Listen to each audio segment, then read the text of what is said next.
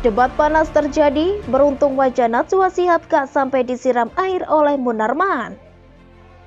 Tentu masih segar di ingatan kita, kala itu atau tepatnya 28 Juni 2013 silam, jubir FPI Munarman menyiramkan air ke muka lawan bicaranya saat tampil di TV One.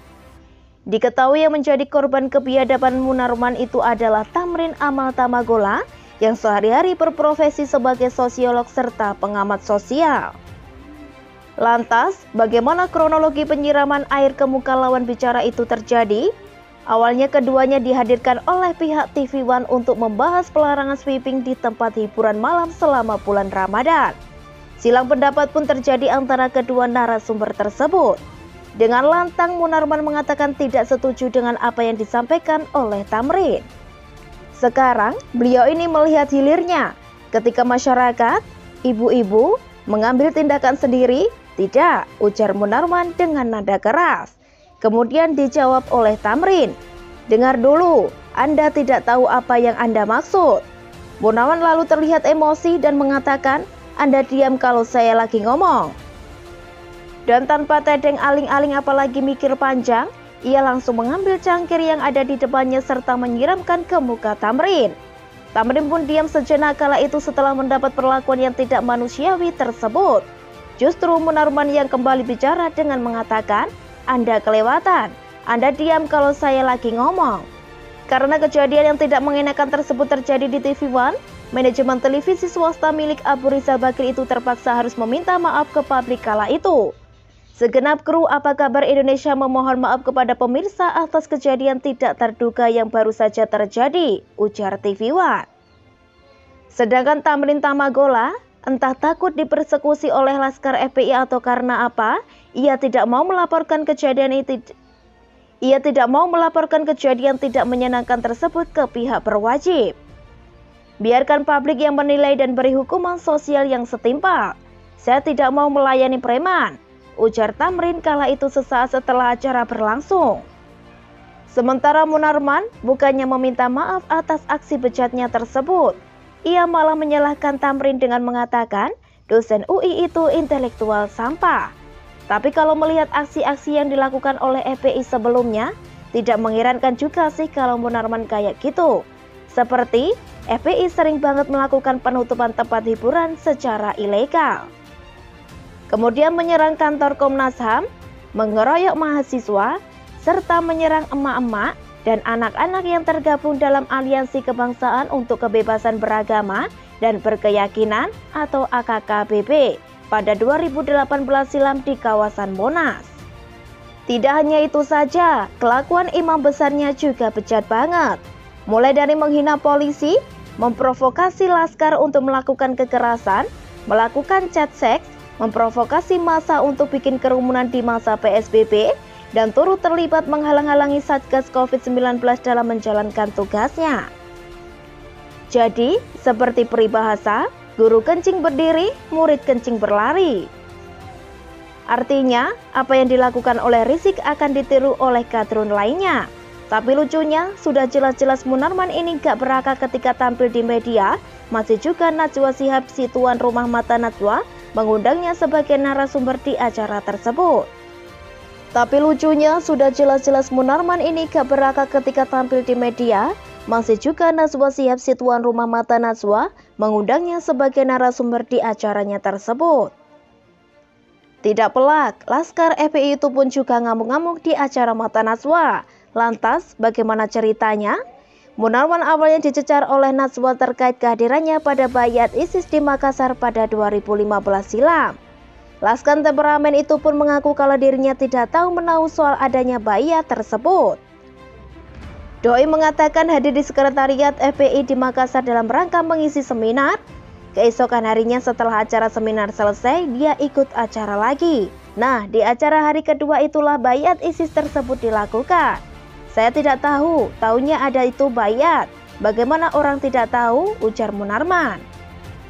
Namun bukan Najwa namanya kalau tidak panjang akal dalam mengorek informasi. Ia pun bertanya lagi, apakah Munarman menyampaikan klarifikasi kepada polisi atau tidak terkait bayat itu. Hingga Munarman pun bertanya balik ke Najwa, perbuatan saya diundang, apakah perbuatan pidana? Kenapa saya harus klarifikasi? Itu dulu, jawab Munarman. Nana atau panggilan Najwa Shihab lalu bertanya lagi, apakah Munarman pernah dipanggil polisi dan dikonfirmasi terkait kehadirannya di bayat ISIS tersebut?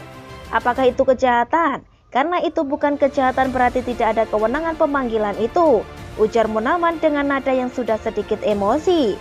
Berarti memang belum dipanggil? Tanya Nana lagi. Pasca mendengar pertanyaan itu, Munarman langsung meradang.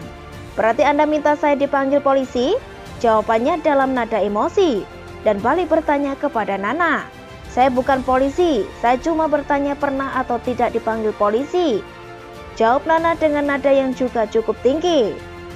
Bahkan di situ, selain dari mengeluarkan nada emosi, Nana juga ditunjuk-tunjuk oleh Munarman dengan menudingnya memberikan pertanyaan jebakan segala. Tapi bersyukurlah, mereka debat hanya pertentangan pendapat saja. Nana gak sampai bernasib sama seperti Tamin Tomagola disiram air. Karena agak mengerikan juga sebenarnya saat emosi Munarman naik di acara Mata Najwa itu.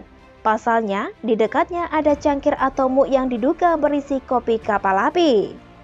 Sedikit masukan untuk media televisi, kalau boleh, mending undang Novel Bamukmin saja daripada si Munarman ini. Karena walaupun kadrunya mempopulerkan kata fitsahat, itu juga agak nyeleneh. Tapi minimal dia tidak pernah bikin kekerasan saat tampil live di media.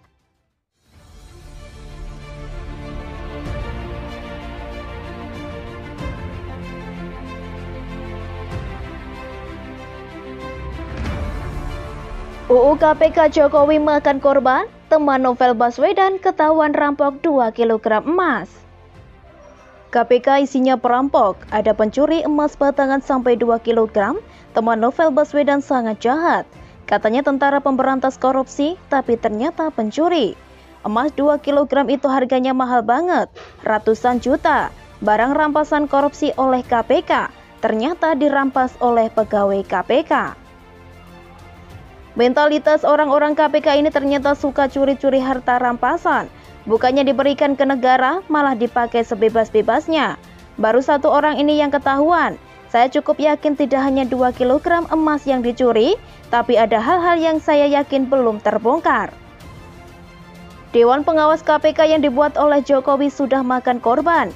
Dewan Pengawas KPK ini menjadi sebuah sistem di luar KPK untuk mengawasi para pejabat-pejabat yang busuk di KPK itu sendiri.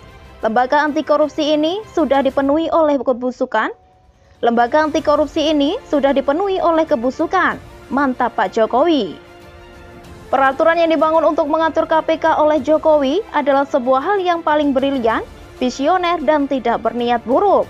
Pemberantasan korupsi itu penting, tapi pemberantasan orang-orang yang bersembunyi di balik KPK itu juga tidak kalah penting. Moralitas yang sudah buruk, bobrok harus diperbaiki. Kalau mau kita bicara, moralitas KPK ini bisa dilihat dari bagaimana pegawai-pegawai dan pekerja Taliban di dalamnya sangat rakus. Gaji mereka seharusnya sudah sangat cukup untuk memberikan sebuah penghidupan yang layak kepada mereka.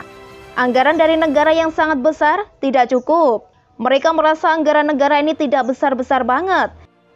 Beberapa bulan kemarin, banyak sekali orang-orang KPK semacam Febri Diansah, Novel Baswedan, dan kawan-kawan mengatakan UU KPK adalah bentuk pelemahan terhadap KPK. Ngebacot sangat keras soal pelemahan KPK. Padahal Jokowi melihat hal yang lain. Jokowi justru melihat bahwa kerusakan KPK ini adalah nyata.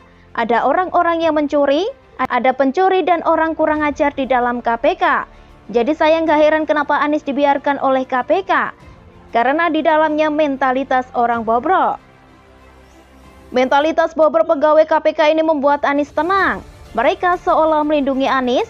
Mereka mengejar orang-orang dekat Jokowi untuk memframing busuk Jokowi. Akhirnya, perlahan namun pasti, mereka justru memberikan pencitraan busuk terhadap dirinya sendiri. Mereka jatuh sendiri, pegawai KPK banyak yang bermasalah. Kok pegawai anti korupsi malah jadi pencuri? Mentalitas pencuri ini harus diberikan hukuman seberat-beratnya. Seharusnya Dewan Pengawas KPK harus menyebut namanya, mempolisikan pegawainya. Uang haram hasil korupsi dicuri. Haram, lalu diharamkan lagi. Haramnya sudah double dan haram jadah. Bangsat banget kan? Makanya nggak heran kalau mereka mencak-mencak saat mereka mau diatur lewat UU KPK. Mereka kelihatannya sudah nyaman nyuri-nyuri barang rampasan dari koruptor. Mereka mungkin sudah menikmati apa yang menjadi barang sitaan. Ketika mulai diawasi, mereka panas dingin, kejang-kejang dan terkentut-kentut. Jokowi tahu kalau KPK, lembaga super body itu ternyata super cacat.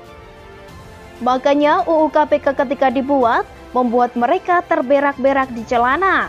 Akhirnya ketahuan kan, satu rekan Novel Baswedan akhirnya tertangkap basah curi 2 kg emas. Maka ketika banyak orang mengatakan KPK busuk dari awal, itu bukan sekedar asumsi tapi itu fakta. Sudah waktunya orang-orang busuk di KPK ini dipecat-pecatin. Sudah waktunya Novel Baswedan dihabisi kesombongannya. Penyidik macam apa bisa tetap kerja dapat duit dari rakyat, tapi sambil koar-koar mengatakan UU KPK itu produk Jokowi yang melemahkan pemberantasan korupsi? Dungu. Kasus korupsi kecil-kecilan yang diambil agar tidak terlalu kelihatan perform. Maka yang diambil juga rampasan-rampasan kecil, supaya tidak ketahuan kalau dinikmati kecil-kecil juga. Kalau tangkapannya besar, rasanya sulit untuk menikmati hasil rampasan mereka. Cara ini adalah cara busuk yang lumrah dikerjakan. Akhirnya, Jokowi terbukti benar dengan memberikan pengawasan kepada KPK agar tidak curi-curi lagi. Emas 2 kg itu banyak banget loh, itu mahal sekali. Dan jangan bilang orang di KPK memaklumi korupsi Anies, karena mereka juga sering begitu. Buang saja KPK, ganti tim pemburu koruptor. Begitulah ganti-ganti.